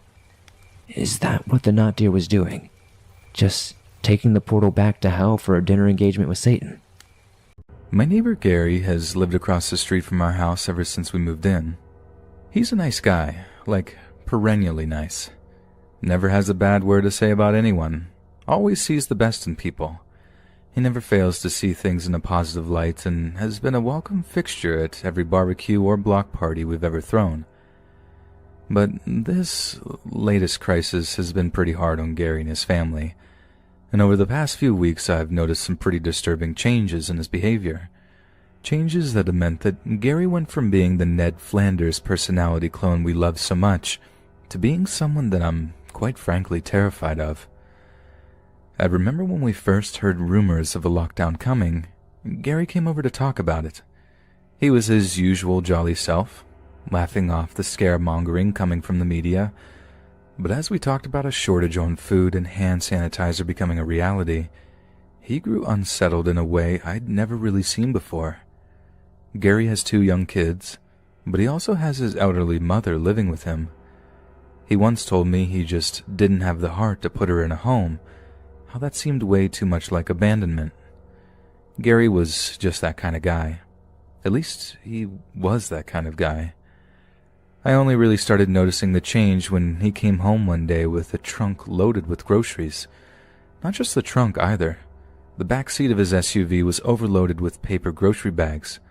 Some were loaded with meat and vegetables, some stacked entirely full of canned goods. But it was the box full of hand sanitizer that really made me take notice. Gary was the polar opposite of a germaphobe. Like, polar opposite. He routinely ignored the 5-second rule when it came to barbecue items dropped into lawn grass, and was very much of the opinion that letting kids play outside, letting them eat a little dirt from time to time, was just good for their immune system. It'd make them tough in a way that playing with screens just wouldn't. We actually used to laugh at people who kept those little Purell bottles in hip holsters, overly paranoid losers who would drive their cars off a bridge if they really knew how many microorganisms lived in their eyelashes alone. But here Gary was, unloading an entire pallet of hand sanitizer from his truck. "Got some to spare, huh, buddy?" I shouted over from my porch. "Not at the prices I just paid," he replied. Seems innocuous, I know, but if you knew Gary, you'd be just as interested to note that this reply didn't come with a smile or a chuckle. He barely even looked at me as he took the supplies inside. But things only really took a turn for the worse when one of Gary's kids took a tumble while playing in the street outside their house. They were playing on the new bike, riding around in circles, when I guess they just lost their balance and fell hard onto the concrete. You could tell it was a bad fall from the way they let out this pained, shocked cry before bursting into tears. My wife was out on the porch at the time, sipping an iced tea, and saw the whole thing. I had heard the scream, but wasn't sure what happened until I saw my wife grabbing the first aid kit we keep in a kitchen cabinet. I followed her outside into the street, but as she approached Gary's kid, the man himself was stood in his front doorway. In the sternest voice I'd ever heard out of the man, he told my wife to get away from his kid. I guess she understood what he meant. As she stopped just short of the crying child, took a few steps back, and then slid the first aid kit across the concrete in her direction.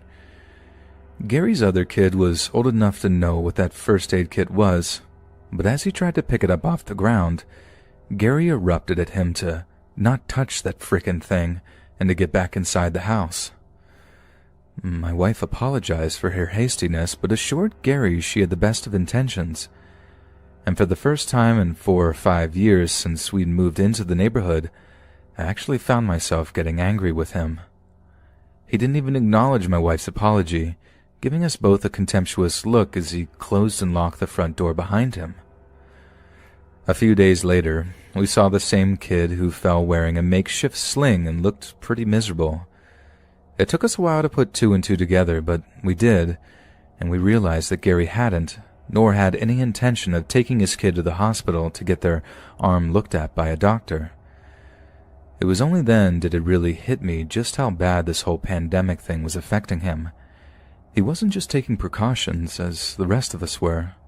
He seemed to be going full-on survivalist, like the guy's entire personality had shifted over what was apparently just the course of a week or so. It was disconcerting, to say the least. Then, just a few nights ago, my wife shook me awake to tell me she could smell something burning. I literally fell out of bed thinking she was telling me our house was on fire, but she assured me it wasn't, and that she could just smell something. As my senses came to life, I began to be able to smell it too, this acrid, smoky smell that was obviously something being burned. It only took me one look out of our bedroom window to tell me where it was coming from, an orange glow emanating from across the street. There was a fire in Gary's backyard. The smell wasn't just bothering us either.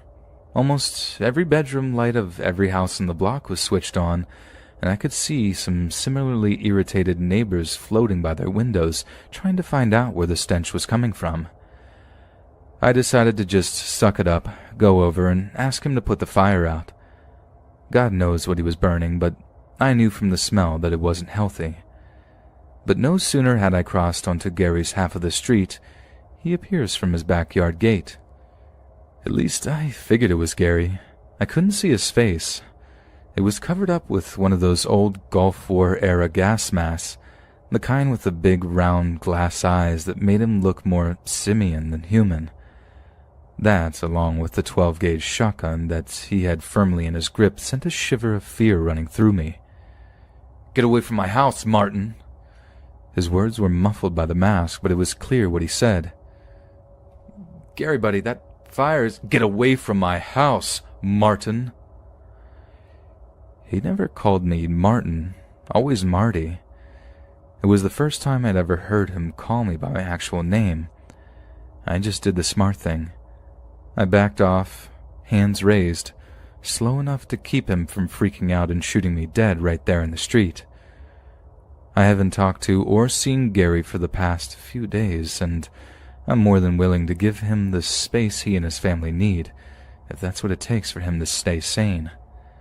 But please, if any of your neighbors are suffering right now, please reach out to see if they're okay, if they need anything at all, even if it is just for you to keep your distance. I'm sure Gary will be fine in time when all of this stuff is calmed down. I hope he returns to be the man I once knew and loved.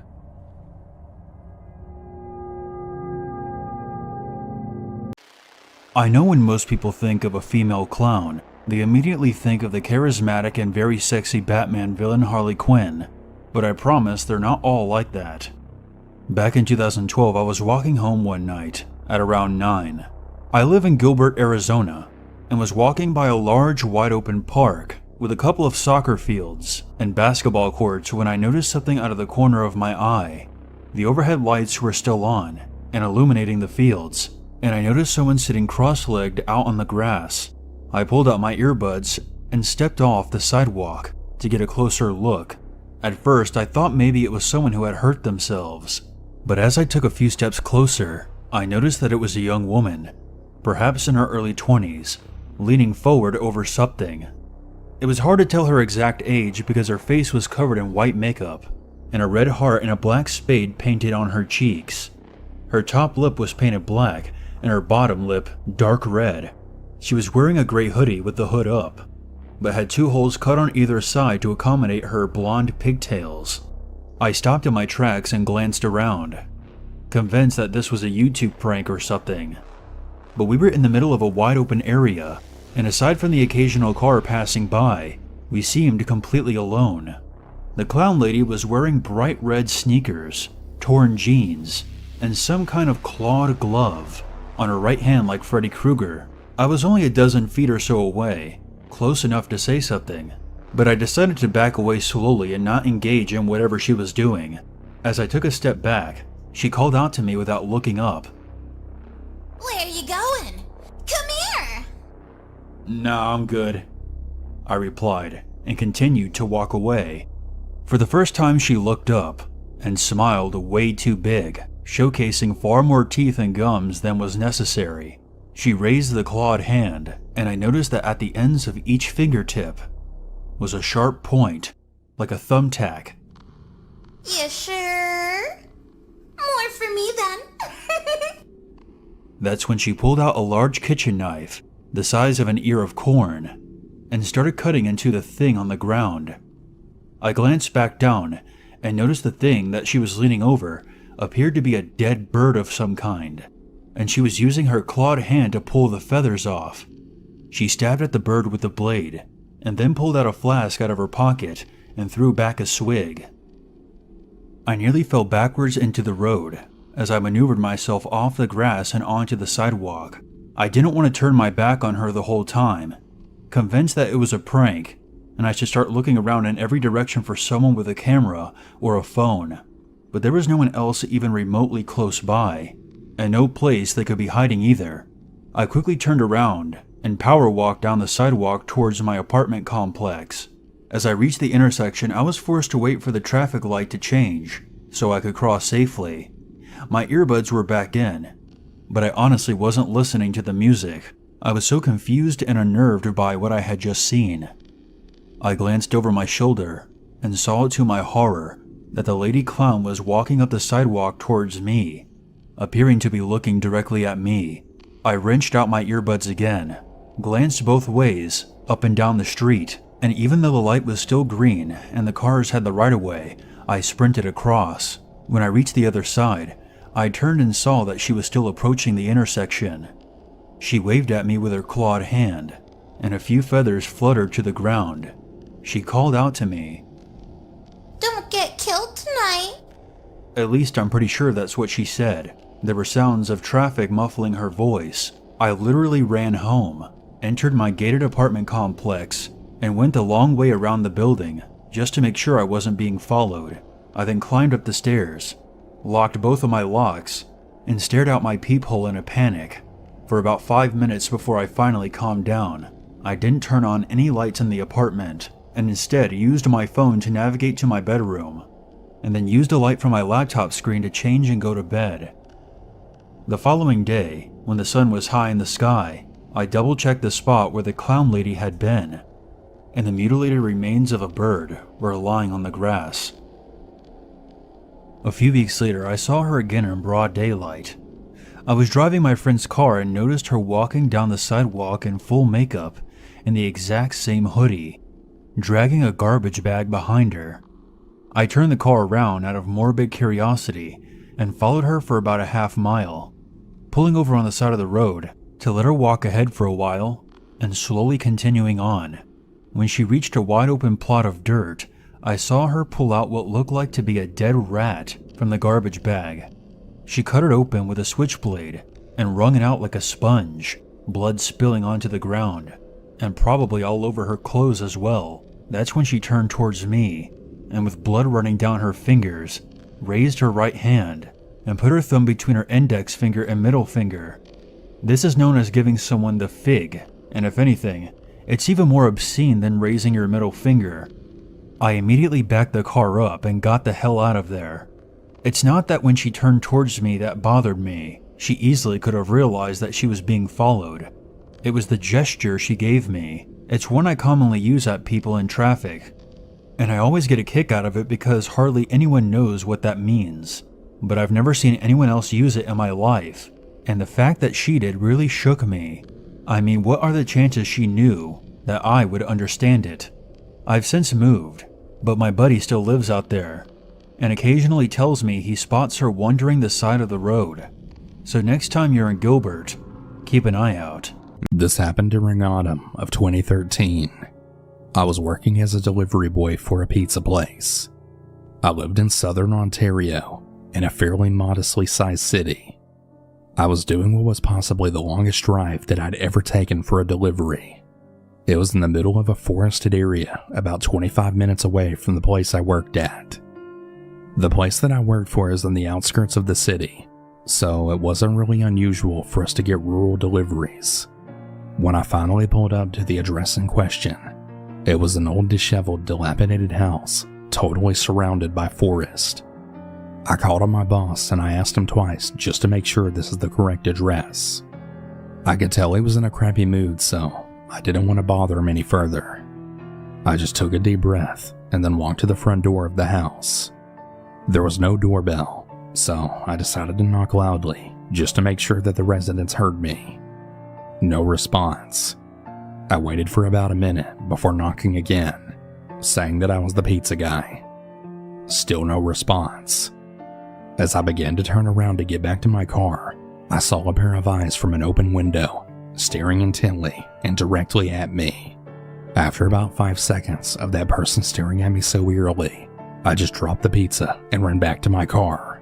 The damn thing wouldn't turn on until I turned my keys for the third time. I didn't get too far away from the house when the car then began jolting. Then an awful screeching sound started, forcing me to stop the car. When I got out and looked at my tires, my blood froze. Just what I had feared. All 4 of the tires were slashed. I thought to myself, who the fuck did this? I mean, I saw that person in the window while I was at the front door. I then went back to my car and called the emergency services. I explained my situation to them to the best of my ability. The operator then told me that the police would be there in about half an hour. I then asked her if it would be best to stay in the car or run away. She said that it would probably be best to stay in my car. I waited anxiously for the police to arrive while I was still on the line with the operator. What happened next utterly broke me. and I truly hope that nobody else ever has to experience this level of fear. While I was examining my surroundings, I looked in the overhead mirror and I saw that same person before that was in the open window, right in the middle of the road behind my car. I could tell now that it was a man, eyes open even wider than before. Then I could ever so slightly see a demented smile then spread across his face. I just swung open the door and fled into the woods, not giving a second crap about me and my life. I ran until I was nearly out of breath, then hid behind a log and some shrubs. I waited for what felt like an hour until I finally heard a siren wailing in the distance. I gathered all the stamina I had left and ran back to my car. By the time I got back, police were inspecting my car. I ran to them shouting for help like a lunatic. I fell to the ground and then coughed from running so much. 2 officers then picked me up and questioned me.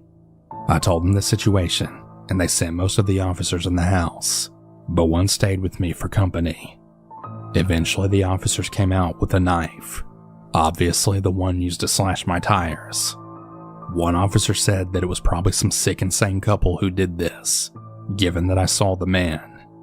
Unfortunately, they were never found, and that still really pains me to this day. I obviously quit my job right after that, and I began working in a department store in the city. But I'll never forget the look on that man's face when he stared at my car in the pitch black darkness. I'm Brian. Recently, someone asked me if I believed in the paranormal, or if I've had an experience that I felt was paranormal. I replied saying that I'm not sure if I believed in paranormal or not, but I did have a creepy experience. When I was 9 years old, I had a best friend who lived across the street from me, whose name was Maddie. On Fridays and Saturdays, Maddie and I had this plan where we would stay awake past 11 p.m. That was the time both our parents would usually be asleep. We would look out of each other's windows, and we'll use binoculars and flashlights, and we would shine a light to each other's bedroom window, and that would let us know that we're getting on the PlayStation 3 that night, while our parents were sleeping. If neither of us shined a light by 11:30 p.m., that meant we weren't playing the PlayStation that night. It was a Friday night, and I stayed up until around 11:30, and I didn't get a response from Maddie's flashlight. I wasn't really tired, and I had already switched on my PS3, so I thought I would play for a little bit. As I was on the PlayStation, I noticed Maddie had came online. I sent him a message asking him why he didn't respond with his flashlight. Maddie didn't reply. I got up and I shined my flashlight into his room again. I still didn't get a response. I went back on my PS3 and I saw Maddie had replied. The message just said, "Hello." This didn't seem like Maddie at all. I replied back asking if he wanted to play. Maddie replied saying, "Look at my window." I got my binos up and my flashlight and I looked carefully through Maddie's bedroom window. I felt a cold chill when I saw a black tall figure standing in Maddie's window watching me. I didn't know what was going on. If this was a joke, or was he just trying to frighten me? I didn't want to talk to Maddie anymore that night, or play the PS3, so I switched everything off and I tried to go to sleep. I found it difficult to fall asleep that night. I kept feeling like if I looked out my window, I would see that figure watching me again. The following Sunday, Maddie called me and asked if I wanted to come outside and play. When I was outside, I asked what was going on with him the previous Friday and if he was playing a joke on me with that tall figure. Maddie looked at me confused and asked what I was talking about. I explained to him what happened and what I saw. He said that he didn't know what I was talking about, as he and his parents were away for the past 2 days, and they just got back that morning. I showed Maddie the messages I received from his account that night. After reading the messages, he looked like he believed me. Maddie then told me that sometimes in the night, his PS3 will turn on and off by itself. And there's been times where he was sure that he turned off his PS3 before leaving the house, and when he returned, it was back on again. I don't know if what I saw was paranormal, but it still remains the scariest thing that I've ever seen in my life. I'm here to share with you a really strange story. This is not my own experience, it's my friend's story. And let's call him James. James has been working at a Subway for a year, and he really hates his job, but it pays pretty good. Well, on February 11th of 2016, he almost quit. because he was just having a regular day until this one customer comes in. It's a big guy, very rough looking. He welcomes the guy, saying that he'd be with him in a moment because he had to finish up another order. Eventually, they get to his order, and James rings him up at the register. Once everything is done, he hands the guy his sandwich bag. But the guy doesn't move. He doesn't try to take the sandwich. He tries to get the man's attention. Maybe he just zoned out for a second. But the guy completely stops. He doesn't blink. He's just staring straight ahead into nothingness. James was wondering what happened, because it looked like the guy glitched, as if he was an android that stopped working. James even clapped his hands in front of the man to see if he would blink, but he didn't. He didn't react to anything. Freaking out, James runs to his manager to see what needed to be done. Maybe this guy had a health condition. Maybe they needed to call an ambulance. For all James knew, he was having a strange seizure or something. But as he and the manager approach the front of the store, the man isn't there, and the sandwich bag is still on the counter. The manager is annoyed, thinking that James made this up to freak him out. But James is serious, so he talks the manager into showing him the tapes to prove his point about how weird this guy was. They go together since the store was closed to check the security footage. And get this, the guy never shows up on the tapes. James was dumbfounded when he saw it, because there was James making the sandwich for no one.